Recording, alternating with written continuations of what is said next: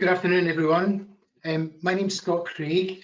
I'm the National Head of VAT Services for Azets, and I'd like you to welcome you to today's presentation, and thank you for joining us today. Our webinar today focuses on post-Brexit trading activities between the UK and Ireland.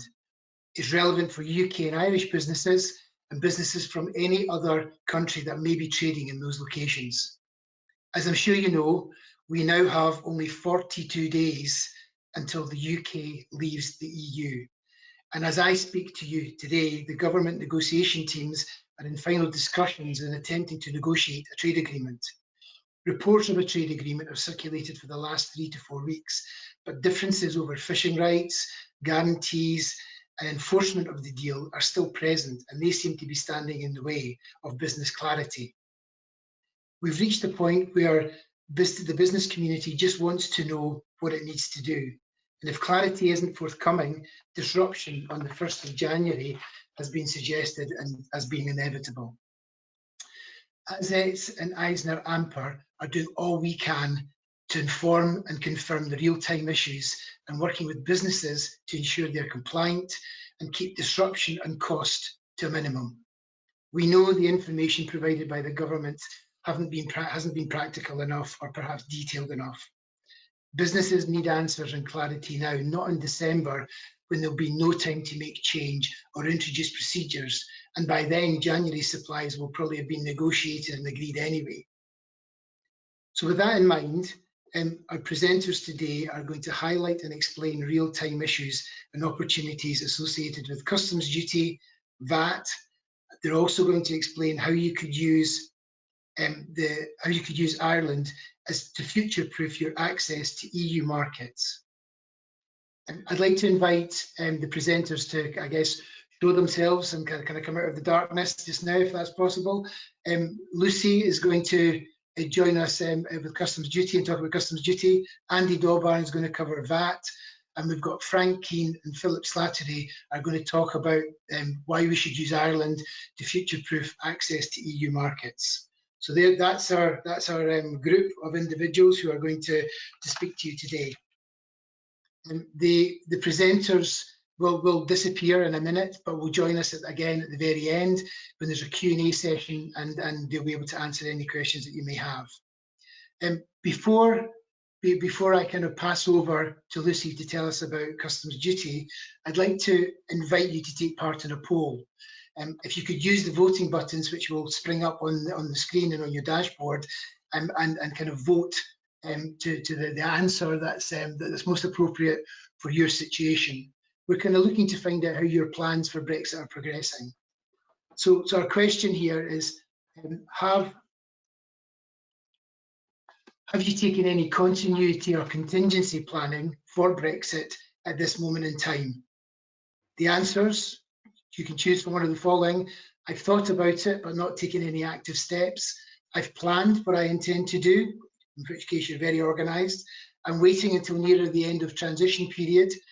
Getting very close to that. You've only got the 42 days to go, and I'm not really sure where to start. So if you wouldn't mind, vote away and let's kind of see where everybody stands at this moment in time. It'd be quite interesting to try and compare this to the polls that we've run earlier on in our Brexit campaigns. In the way through, the vast majority of people had taken no action at all. There was only kind of less than kind of quarter of the people who attended had taken any action, and a number of people were still waiting, a small amount were still waiting to hear about a deal or expecting a deal to happen. I'm going to give you a few more minutes to get all your votes in. This is where I'm hoping that technology is working well. Okay. So there, the votes are in, and it looks as if the vast majority of people have either thought about it but not taken any steps, or have actually planned what they intend to do. Now that's quite a shift from 25% of people to kind of almost kind of half of the audience.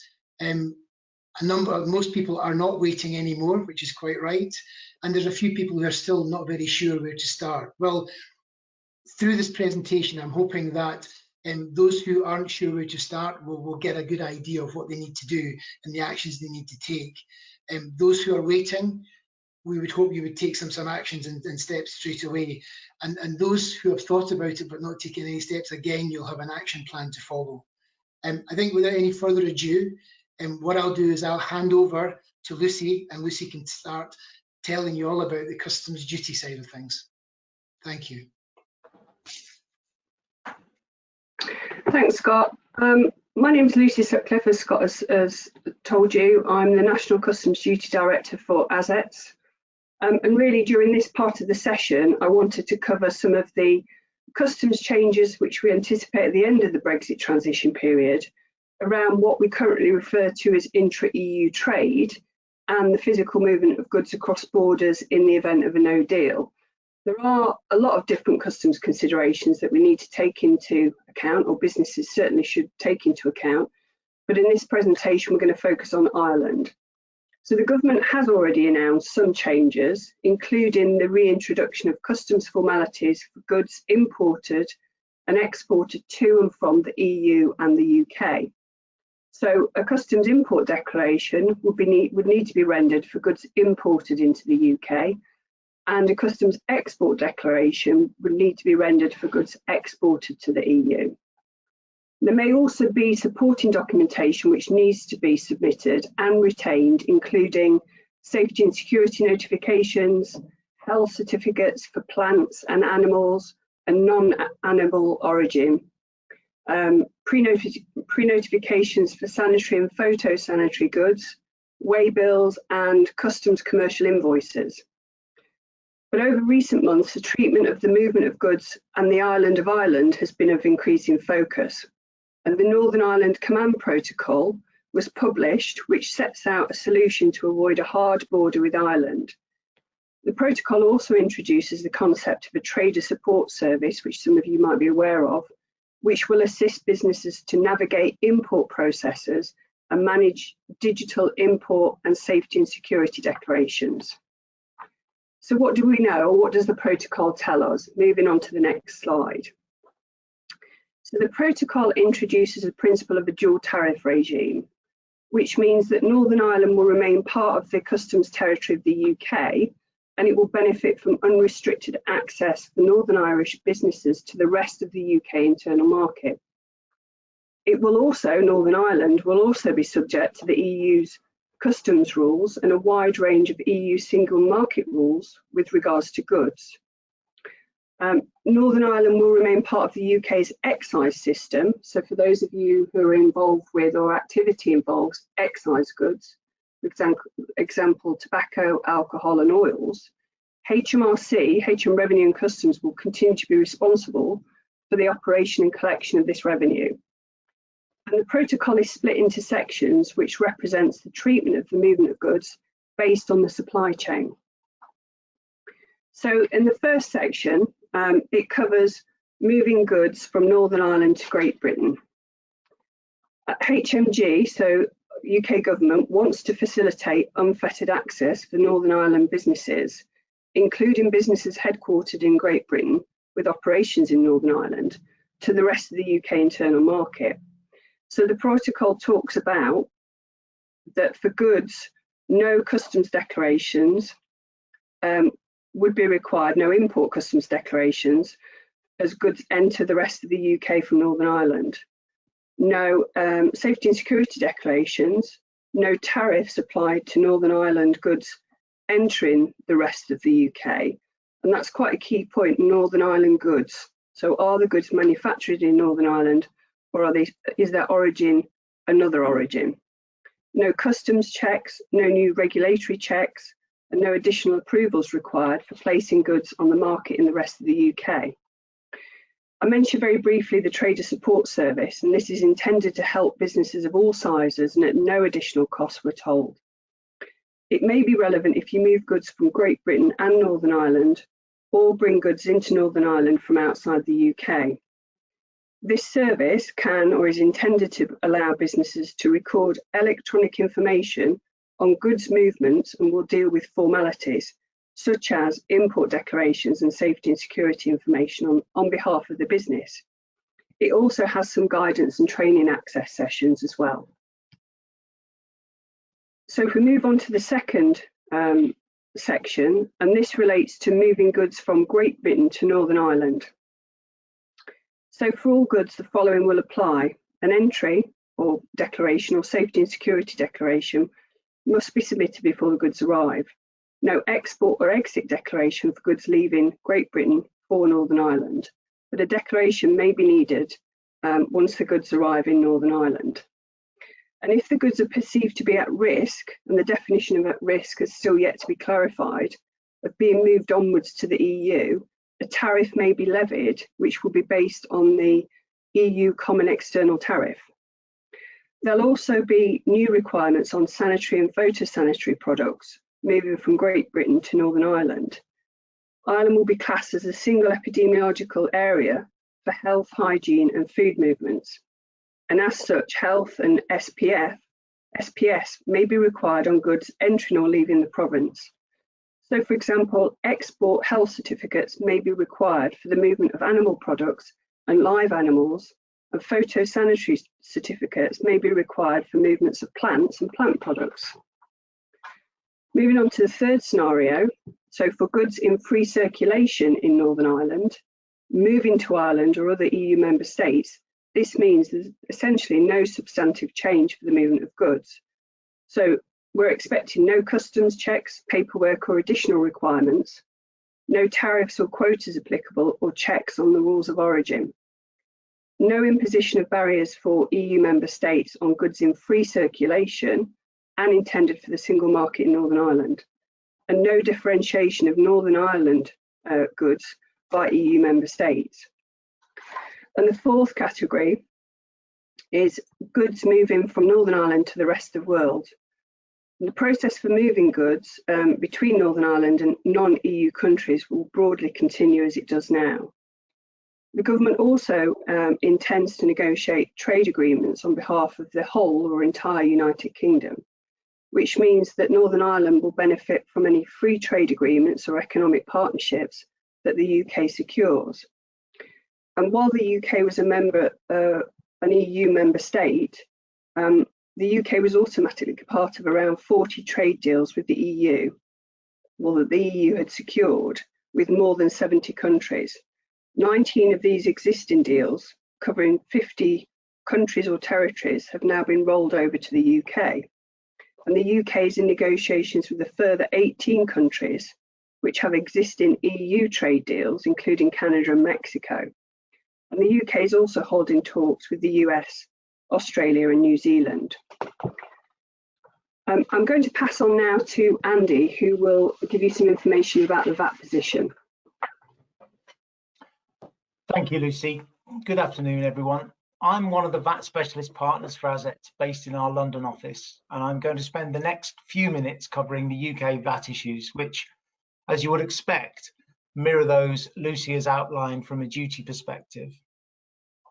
So in terms of the headline issues, during the transition period, the UK has continued to operate under the EU VAT system.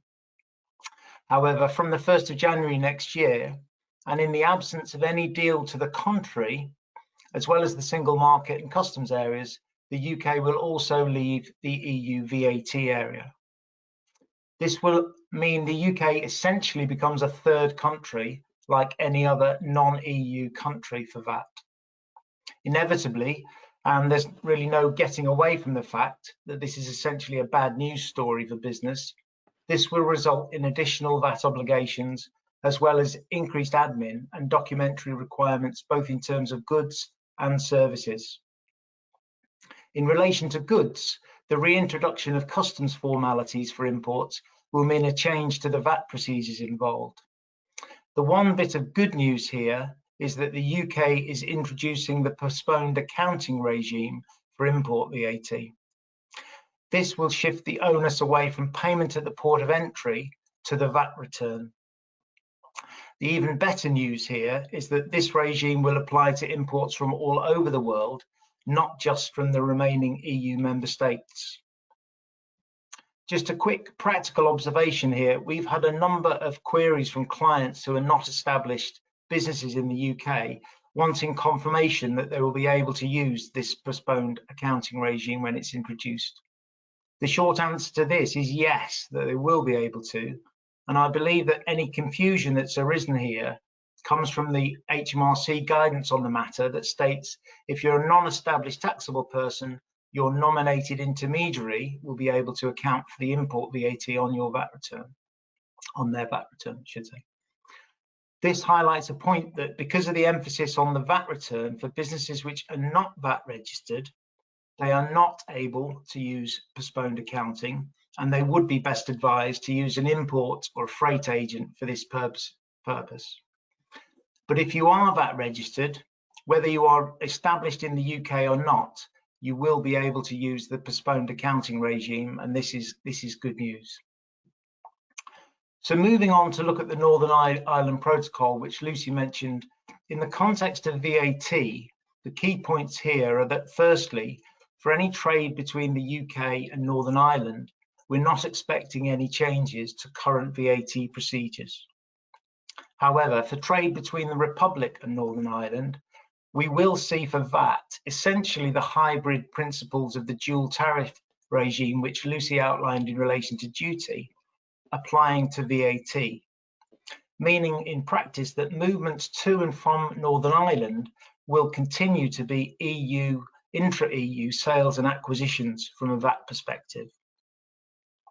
One point here is that the protocol will also mean that businesses based in Northern Ireland which sell low levels of goods around the rest of Europe will continue to be able to use a simplification known as the distance selling regime. This applies to the sales of goods, a topic, this is a topic on its own, but essentially means one rate of VAT will apply to these sales, which avoids the need to otherwise register for VAT in multiple locations. Turning finally to look at services, and in the context of the simplifications I mentioned, many of these will disappear for UK-based businesses after transition. An example of this is the mini one-stop shop or MOS regime, which applies to digital sales, so downloads of software, apps or music, for example, electronically. Similar to the distance selling regime I mentioned for goods, MOS allows businesses operating in this digital arena to submit one single VAT return, although this one has multiple VAT rates declared on it. But again, this avoids the need for multiple VAT registrations, which, the way the rules work for sales to consumers, would be wherever in Europe the products are downloaded. So this removal of the MOS regime is more bad news, I'm afraid, in the context of the UK. And for businesses based outside the EU using the UK for MOS, they will need to register elsewhere in Europe. We're advising a number of clients on establishing their businesses in Europe presently, and clearly for ease of language, but for some other reasons you're about to hear more of, the Republic of Ireland is an ideal location to move your MOS VAT registration from 1st of January next year. So I'm sorry to be the bearer of largely bad news, but there are some solutions out there. And before handing over to my colleagues at Eisner's, we wanted to pose another poll question for you. So, as I've said, VAT and MOS specifically, and tax more generally, is one reason to establish operations in Europe and Ireland perhaps specifically, but there are of course others. So perhaps you could just consider the options given there, and I'll give you a few minutes just to consider what your motivations are for establishing operations in Europe.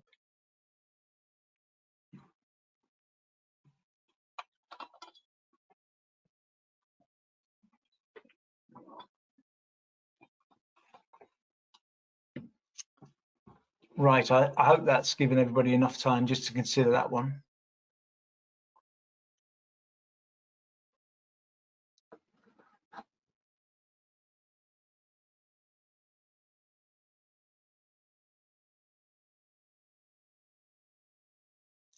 hopefully the answers will appear in a second or two.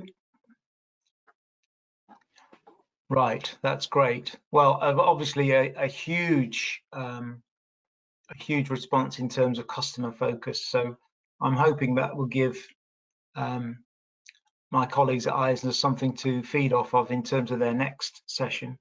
So with that in mind, I'm going to hand over now to Frank Keane from Eisner, who's going to talk you through some reasons why using Ireland to future-proof access to EU markets is a good idea. Frank, over to you. Thanks, Andy. Hello, everybody. As Andy said, my name is Frank Keane. I'm one of the partners here in Eisner Amper in Dublin, and I'm joined today by one of my colleagues, Philip Slattery, from our tax team. And we're going to talk just for a short while this afternoon around why use Ireland as future-proofing your access to the EU. I'm going to start with a little bit of an introduction about Eisner Amper Ireland. I'll talk about why companies internationalize. Very interesting to see the results of that poll there. We'll talk a little bit about setting up in Ireland and having a presence here, and what does the compliance landscape look like. And then Philip is going to take you through some more detail around VAT and RCT on a number of case studies that we've worked on with the Azets team over the last year or so. And I suppose before getting started, I'd just like to thank the Azets team for inviting us here to join them on the call today and to meet all of you. So looking at the first topic there around why companies internationalize, and if we go to the next slide, Eisner Amper Ireland is a firm of chartered accountants and tax advisors based primarily out of Dublin. We have a team of about 100. We focus on international trade, you can see, on niche markets. So this is what we do every day. We don't have a huge amount of Irish clients. We spend all of our time working with companies from around the world, helping them do business from Ireland. We're a member of Alineal Global. You'll see the map there where Alineal has presence all around the world. So again, we like to be really connected for solutions anywhere, and that's why we work so closely with the team in the UK. In terms then of the topic for today, companies internationalizing, we did a study a number of years ago, and at the time we were really interested in why were companies internationalizing. And you can see in the left hand side there, I've got 4 circles. And at the time we asked 10 possible reasons, but we categorized them into 4 areas. One was to make money. That's the first of the orange circles there. The second of the orange circles was about acquiring assets, people or talent. And then the last one was for a lot of businesses. It was a brand promise. They wanted to solve the world's problems, so therefore they needed to be international. But what was interesting from this heat map, you can see, is that customer focus was the #1 reason as to why companies left their home market. And interestingly, from the results of the poll there, you can see 86% of you now are looking at internationalizing because you want to be close to your customers. So I suppose it was only a few years ago they were the headings. But now when we see what's happening, we see the impact of Brexit. And maybe it's at this point now, if we were to ask all these questions again, some of the reasons people might be internationalizing is because they feel they have to.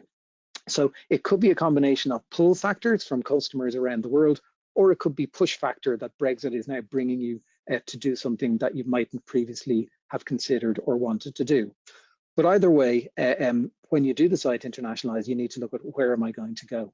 So on the next slide, we look at why is it that thousands of businesses from around the world choose Ireland as a base to do business, a base to hire people, perhaps, a base to serve their customers. And there's lots of reasons which our national agency, the IDA, help companies from around the world. And there's loads of reasons as to why companies would pick Ireland. I've circled a few there in the light blue. I've circled in red. I'm going to come back to those in a second. But I've added the dark blue ones as to why UK companies might be choosing Ireland now.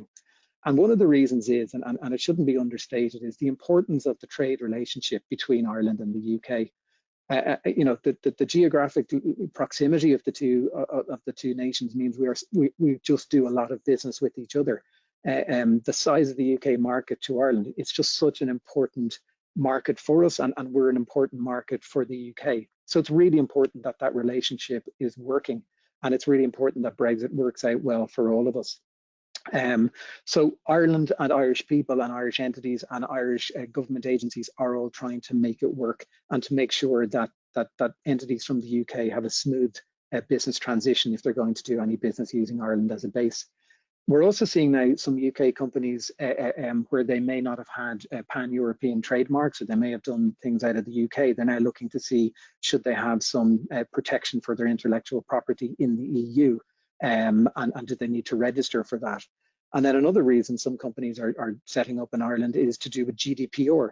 And GDPR at the moment, the regulations mean that if an entity is communicating and holding customer data across Europe, it can get in trouble with data protection officers and data protection commissioners all around Europe unless it nominates what it calls a GDPR representative entity. And if you nominate a GDPR representative entity, then you only have to deal with one regulator.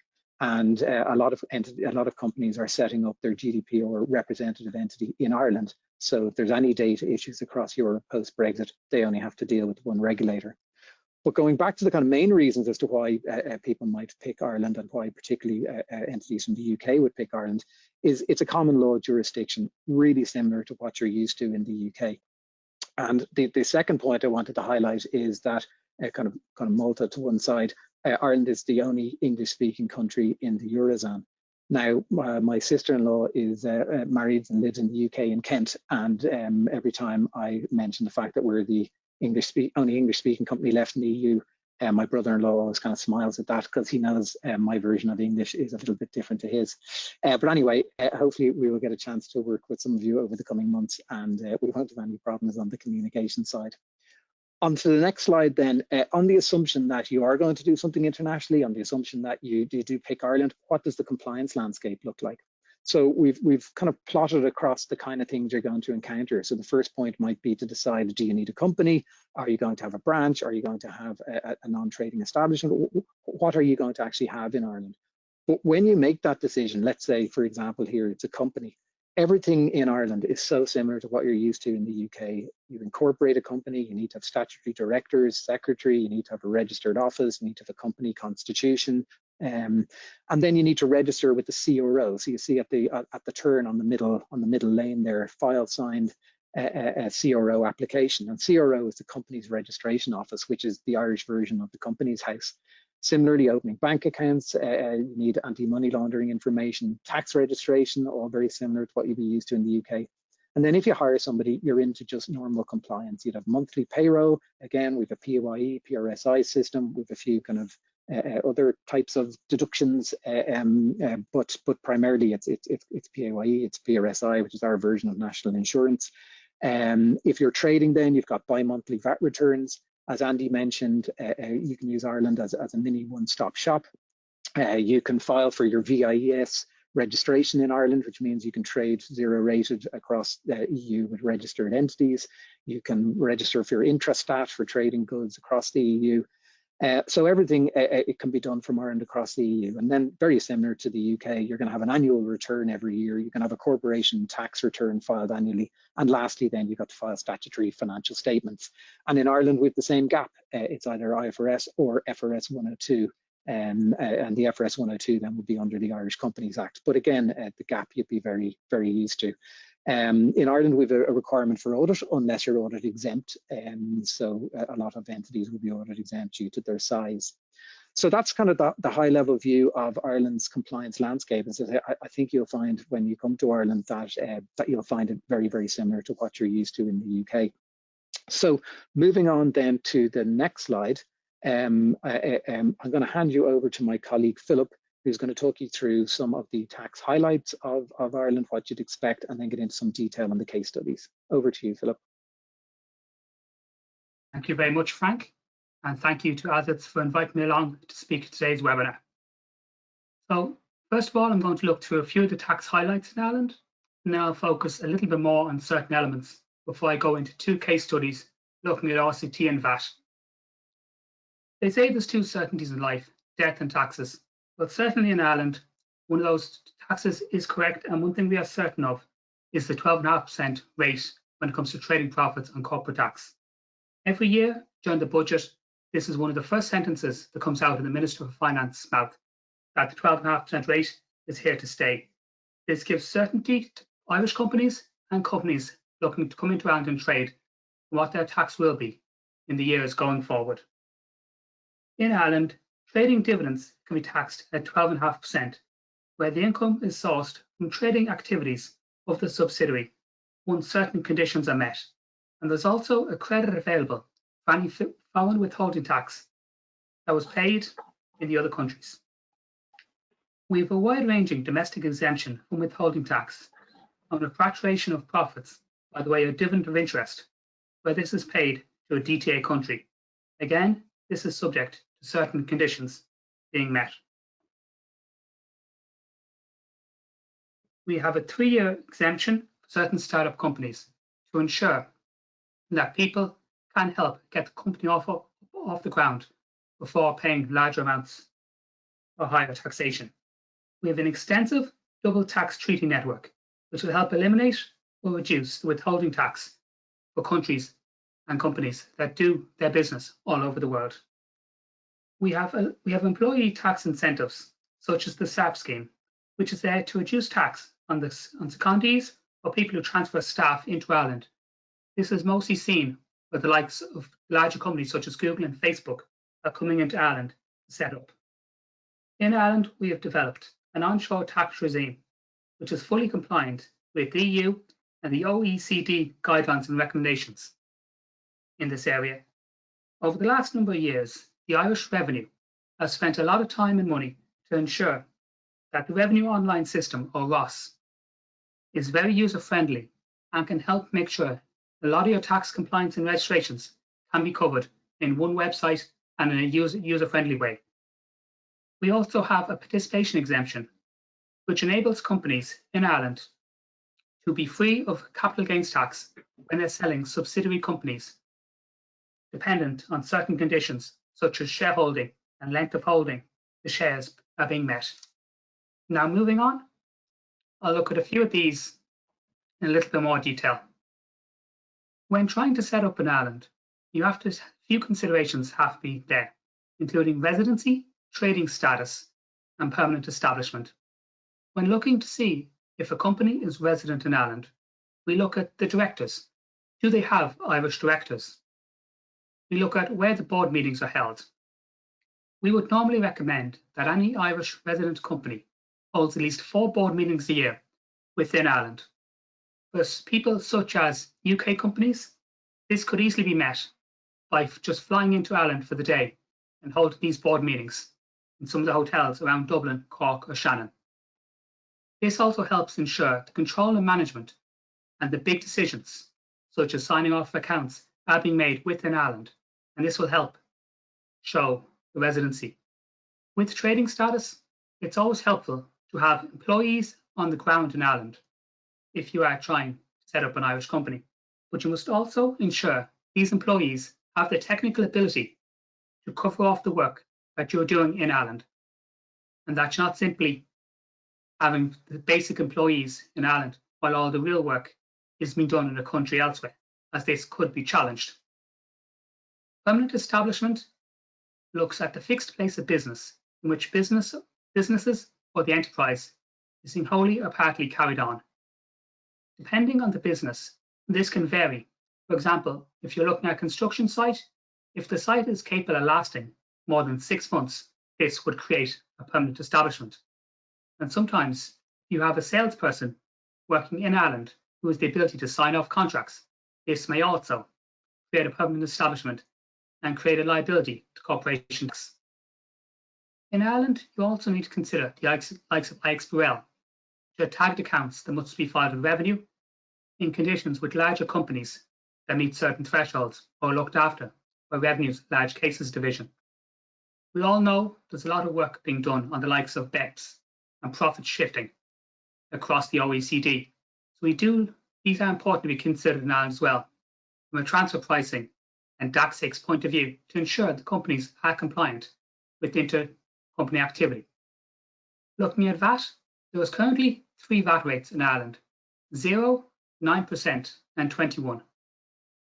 The reduced 9% rate was brought in at the last budget, and this will be in place until 31st of October 2021. The 21% VAT rate is due to go back to 23% from March next year. For companies that are based in Ireland, you will have the ability to claim back VAT on purchases post-Brexit, as long as the purchases are trade related. RCT is one of the newer tax in Ireland. This applies to principal contractors who make payments to subcontractors in the construction, forestry and meat processing industries. The three rates here are 0, 20 and 35. These rates are dependent on how compliant the company is with revenue. If all filings and payments are up to date, revenue will apply the 0%. But if you have a company where there's systematic not filing, or they have no history with the Irish revenue, they will be charged 35% until that history is developed. RCT is also a turnover tax.